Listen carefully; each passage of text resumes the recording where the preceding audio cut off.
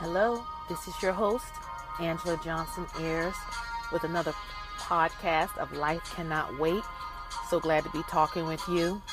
I want to share with you something that happened to me not too long ago.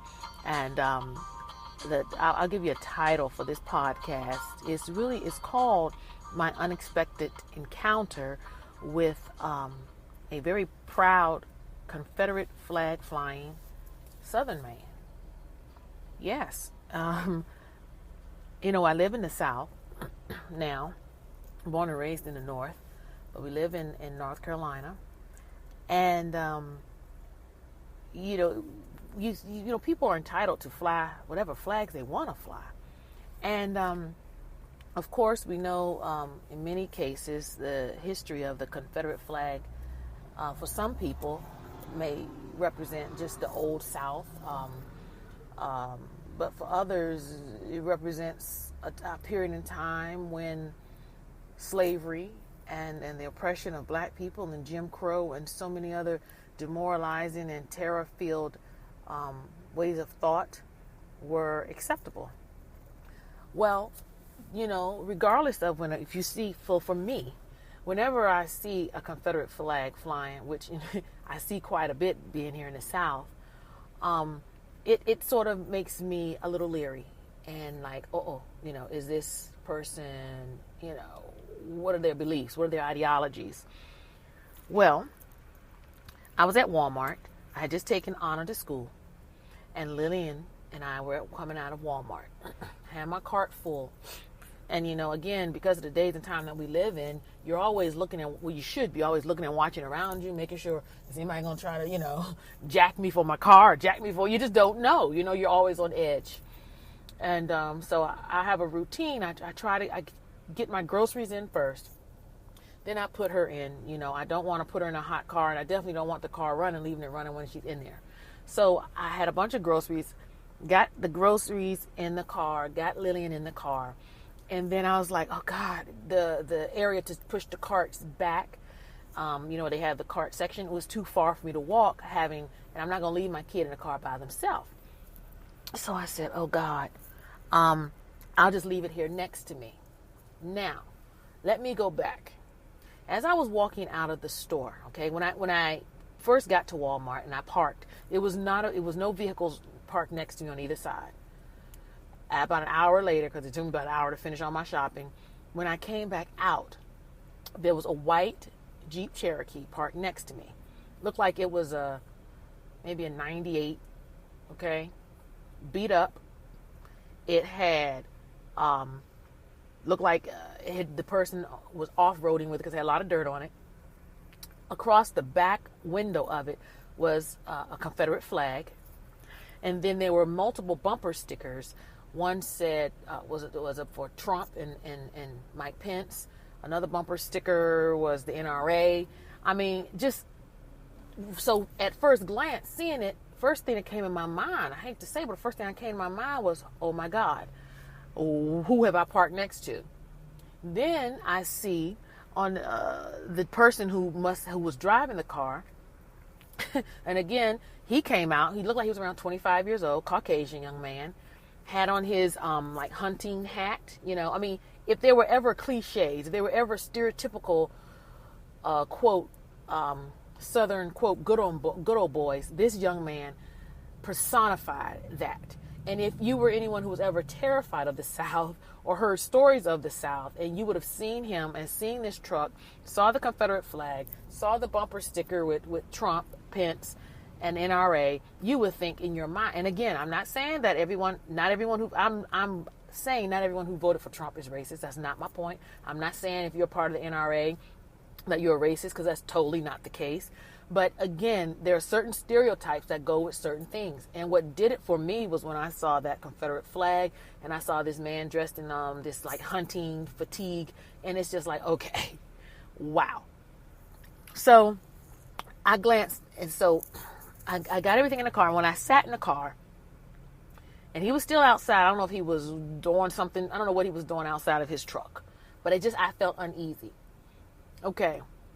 When I looked over and I realized, oh my God, my shopping cart I can't take it back, because then I'll either leave this kid in this car by herself, which I was not going to do, or unstrap her, take her back out. So what I opted to do was I said, you know what? They have people who come out and they get the cart. So I'm just going to leave this cart next to me, next to my car, on the right side, on the passenger side. But unbeknownst to me, I didn't realize that because it was so close, it was close to my window. So, not my what do you call that? Yeah, my window that I could. So as I was trying to back out, I kept hitting the cart. Now, just painting the scene so you can understand. The gentleman was standing there. He was watching the whole thing. Okay. I looked over, and then our eyes both locked at the same time. He and I both. I'm sitting in the car. Okay. He's standing out. I had my windows down. Okay. And his eye and my eyes caught each other. And he looked at me. And I'm sure in his mind he's thinking, okay, this woman cannot back out. When she's trying to, she keeps hitting, her mirror keeps hitting this cart. What the man did next totally surprised me and threw a monkey wrench in my thinking. He looked at me. He nodded his head at me. And he didn't smile now. And he didn't look like he wanted to do it. But he moved the cart for me.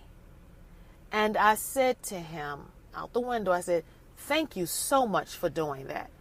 And his response was, "You are welcome, ma'am." Now, that blew me away. First of all, I was not expecting this Confederate flag flying, Trump Pence bumper sticker having, NRA bumper sticker having, with camouflage fatigue hat and clothes on, gentlemen, to first even glance in my face. Then, secondly, I totally didn't expect him to have the kindness of heart to move my cart. And thirdly, I totally did not expect him to use respect and say to me, "You're welcome, ma'am." He could have just been like, "Mm-hmm." And so, you know what? That got me. Now, I don't know this man from a can of paint, but it taught me a lesson. I guess I can't say it taught me because I already knew it, but it just reinforced something that I think not just me, but we all Americans need to get reinforced from time to time, is that you cannot always judge a book by its cover. Now, I'm not saying to walk through life and be oblivious, but let's be honest. How many times have you seen someone who may look different from you?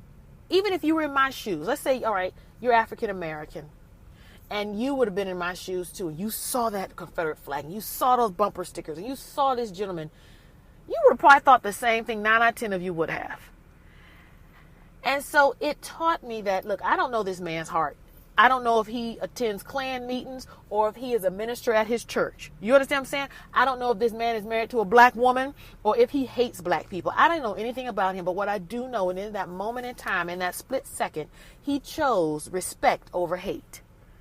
And so I said to myself, wow. I judged him. I prejudged him because, again, I'm telling you, I wish I would have had permission to take a picture with him. And it crossed my mind. It literally did. After he did that and I drove away, I thought about I should drive back, explain to him, that I have my own podcast and I wanted to take a picture with him. But I just didn't. But I wish I would have. I wish I would have done that, even because that could have opened up a dialogue. And he and I could be sitting here right now. You could be listening to he and I have open dialogue and just discuss issues. So what about you? Let's say if you're Caucasian and you see these young men walking with the pants off their butt, some of them might have long dreadlocks in their hair. What's your first thought? Come on now. 9 out of 10 of you probably won't think, oh, he might be a minister at his church, or he might be, a police officer. No, 9 out of 10 times you're thinking, oh, this is this thug dude right here. You might even see him in your mind, refer to him with the N-word. You know what I'm saying? So my whole point of this was, I'm not saying to have a blind eye to reality. God knows you can't go through it. We have to be wise, especially in the day and time that we're living in. We have to pray for wisdom, knowledge, and understanding. The world is waxing colder and more evil But the same sense, there have been so many times in my life where I have come across people and I prejudge them. And even though, like I say, I do not know their heart. Only God knows a man's heart. But I know that that particular day, that this man driving this pickup truck with his Confederate flag and Trump, Pence, and NRA and everything else on it, referred to me as ma'am and showed me respect and moved my cart so I can get out. And that also showed me that let's say he truly, let's say he is prejudiced and hates blacks. I'm not saying he does, but let's say he did.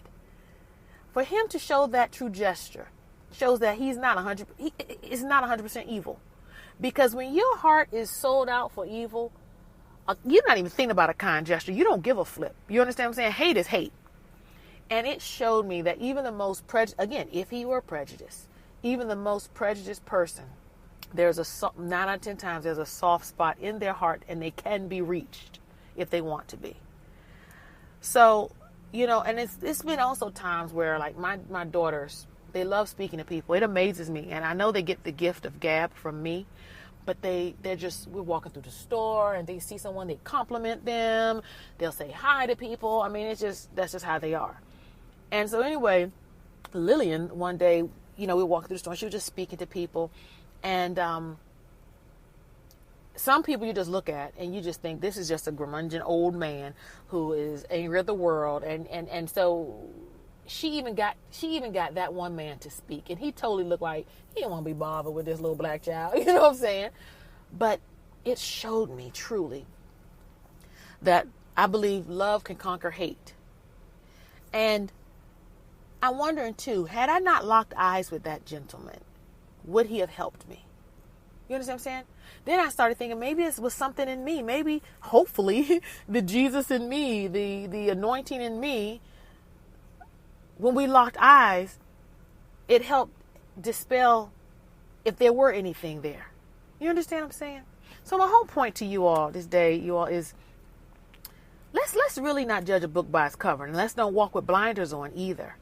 But it taught me a great lesson at that Walmart that day, because, like I said, being an African American and knowing the history of slavery and the Confederate flag and what it may mean to some and mean to others, my first mind was, oh my God, I have parked next to a racist and he's going to go to the Klan meeting after he leaves here. But who knows? Maybe he totally wasn't like that. Maybe just maybe in this day and time we live in, where we're just so bombarded with hate, that love can prevail. Well, thanks for listening, and I hope I gave you something to think about. Until next time, you all be blessed. Feel free, again, keep emailing me. I appreciate all the emails I've been getting from you. My email is abjconsultingllc@gmail.com. That's abjconsultingllc@gmail.com. And also, you can go to my website at angelajohnsonayers.com. That's angelajohnsonayers.com. And also, that's also where you can find me and purchase my book, Laughter Pills for Moms, a 31-day supply. Hey, have a great weekend. Talk to you soon. Love conquers hate. Bye-bye.